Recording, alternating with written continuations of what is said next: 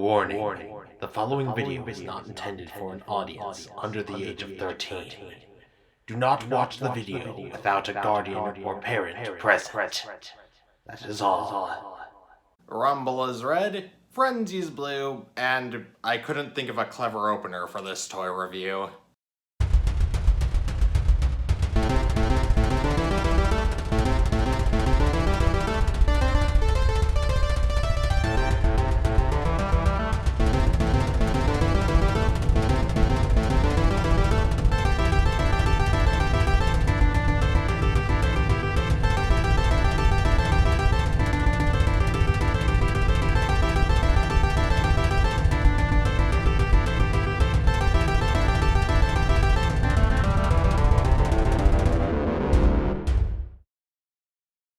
Okay, what I said wasn't totally true. I did have a slight plan going into this episode for, my opening gag. I basically wanted to do, an Earthrise parody of Kamen Rider 01 because Earthrise, Progrise... It got to the point where I made a Progrise key of Hoist on Adobe Illustrator and then planned to cut out a paper printout of it and tape it to a Kit Kat bar, but... that's not important. The suburbs of Chicago are currently in a massive snowstorm right now. But since I've got nothing better to do now that I've attended all of my classes and done all of my homework, I will review this mean green star of the silver screen. Now then, the first thing you may notice about Ray Harry Hoist in here is that he is a big boy. Seriously, he's a full inch taller than Siege Barricade and at least a head taller than Botcom Blast Charge. And I'm not even cheating by counting the weird back-mounted thingies. He's definitely taller than most deluxes I own, as well as most Legends class Transformers that I own, and definitely taller than the deluxe Cliff Jumper. Though, if what I've seen of the Cliff Jumper figure is accurate, and I have no reason to doubt that it is inaccurate, then most of the money from the deluxe pricing went into giving him upgraded articulation and those accessories, all of which would have been impossible at a Legends price point. The head looks really cool, although for some reason it does kind of remind me of Dreamwave's The Fallen. On the plus side, the Dreamwave design of The Fallen is much more preferable to the Prime Wars design of The Fallen. I mean, seriously, he looks like the child of Sentinel Prime from Animated and Galactus. And the weapon is also somewhat phallic looking. And in keeping with the Siege traditions, his articulation is certainly nothing to sneeze at. He's got outward movement here at the shoulders, a nice wrist swivel, a bicep swivel, elbow bend that goes very, very deep. He's also got shoulder rotation, knee bend, double knee bend in this circumstance. Outwards here at the thighs, a thigh swivel, and an ankle tilt. But the articulation is where I have my biggest problems with the robot mode. First off is the kibble wings on these shoulders. I mean, they aren't a problem, it's just, I don't like them. I really wish they had gotten rid of them like they did with the Thrilling 30s Hoist. They look ugly and, they exist for no other reason than screen accuracy, and, if that's the reason why they had to sacrifice a bit of articulation, then I'd rather do without them. Function-wise, they don't actually hamper the articulation.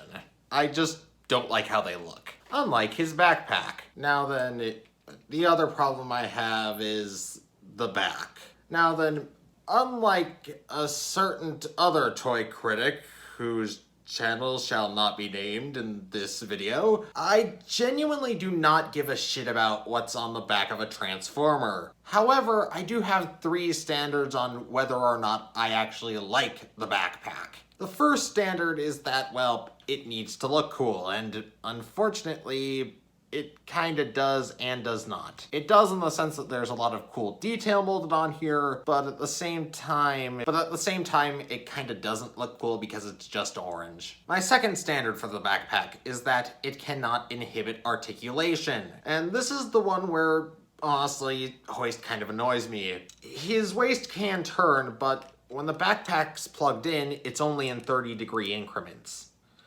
However, if you untab it, it does rotate all the way around. And my third standard is that it needs to be the only way they could have engineered the transformation to work. And in some ways, the backpack was the only way you could get this weird sort of white thingy up here to poke over the top of his head. And the only way you could get like these weird fins. But I've always thought that these weird thingies poking over the top of his head and shoulders look extremely stupid. There's no way around it. They look dumb. However, this problem does have a small solution to it. If you untab the backpack, you can unlock the full potential of the waist swivel. So, in my mind, it's annoying, but I'll let it slide. He has also carried over a great deal of gimmicks from Siege, such as weapon ports, and the weird scratching and scuffing that everyone hates but I like. And of course, speaking of gimmicks, Earthrise has ditched the blacklight codes from Siege. And to be perfectly honest, I'm all too happy to get rid of the blacklight codes because, well, I have a feeling I'm not the only one who doesn't own a blacklight. Nor do I feel I'm the only one who feels as though they could be spending their money on better things. Instead, Earthrise has provided a red strip of plastic, much like the tech spec decoders from G1. Much like the tech spec decoders of yore, just slide the strip of plastic over the included backdrop and boom. You have revealed the exact location of the planet Junkion. And in the background you have a bizarre planet that's made up of a great deal of molten rocks. What is that? An image of Earth in its nearly 2 billion year long puberty period of formation? IDW Unicron? In summary, Hoist's robot mode is a definite 4.5 stars out of 5. He may not entertain every audience member, and, well, the Academy is almost definitely going to snub him at the award ceremony, but at least he's not going to be a guest of honor at the Razzies. You are a cinema, a Hollywood treasure. Now then, Hoist tow truck mode is very good looking.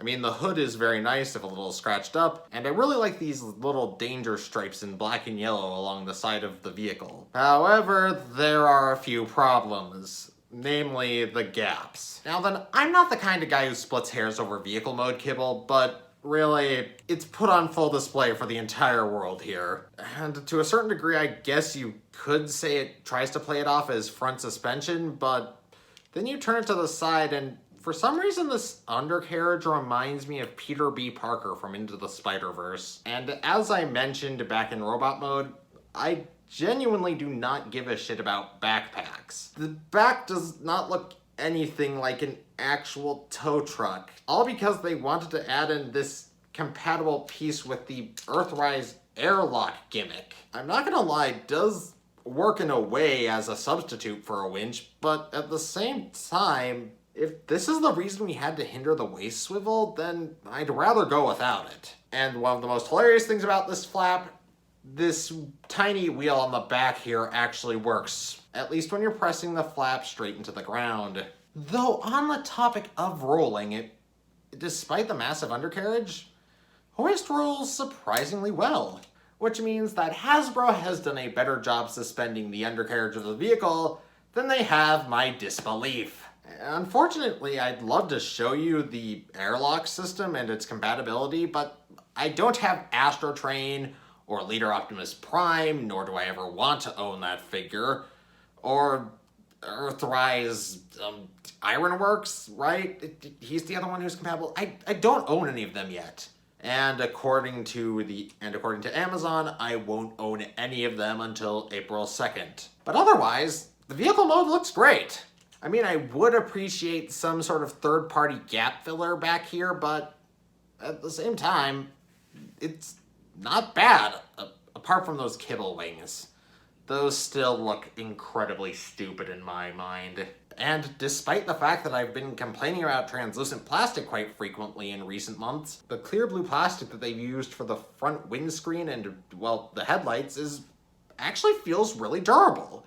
And I commend Hasbro for finally finding a way to make translucent plastic durable. Oh, I almost forgot. One minor complaint I also have with Assault Mode is that, well, gun storage, like a lot of gun storage, looks completely stupid. But in conclusion, this figure has been an absolutely fabulous start to Earthrise, at least for me personally. And I hope to see more of them and acquire more of them in the future. Just as soon as Target gets rid of all 4 of those goddamned Siege 6 guns. You know, I praised the 6-gun mold when I got it, but now that I look back on it, it's complete trash. So with that being said, this is Firebite27, over and out.